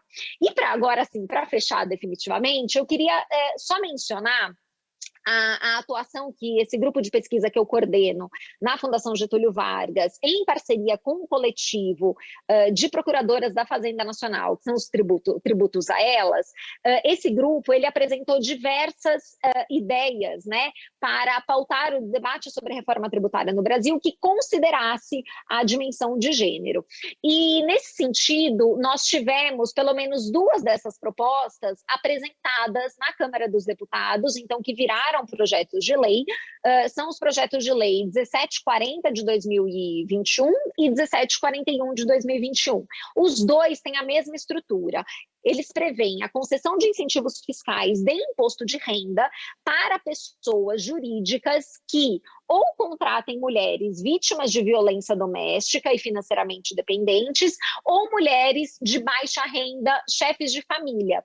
Então, a ideia aqui é estabelecer um programa para que a empresa tenha um incentivo na contratação dessas mulheres, para que as empresas consigam prover essas mulheres alguma independência financeira e gerar, portanto, mobilidade social. No caso das mulheres vítimas de violência doméstica, nós sabemos que essas mulheres muitas vezes estão presas em relacionamentos exatamente pela dependência financeira.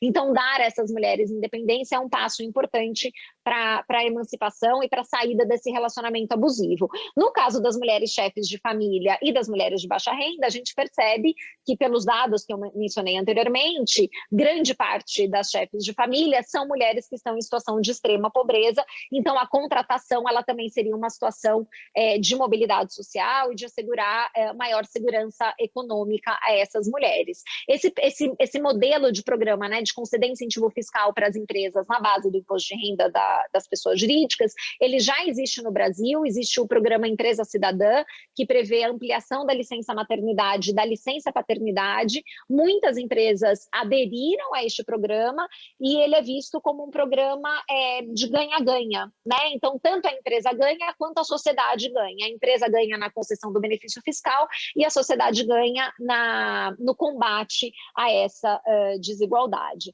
Então, como eu disse a todos vocês, eu vou parar, aqui estão meus dados, eu vou parar o compartilhamento. Como eu disse a todos vocês, eu acho que a discussão ela está no Brasil, ela está mais evoluída da perspectiva acadêmica. A gente tem tido muita discussão, muitas palestras, muitos eventos sobre o tema, e a gente precisa seguir, na minha opinião, nessa linha para a gente pautar o debate público. Eu acho que essa discussão dos absorventes é um primeiro passo, é um passo fundamental para a gente inserir a dimensão da desigualdade de gênero, da perspectiva do direito tributário, e considerar que o direito tributário ele pode ser também uma política possível para o combate dessa desigualdade. Ele não é a única, mas ele não pode ser descartado de plano. Então, essas são as minhas considerações. Eu agradeço muitíssimo o convite, desculpem se eu passei o tempo, e fico também à disposição para debates ou discussões futuras. Muito obrigada.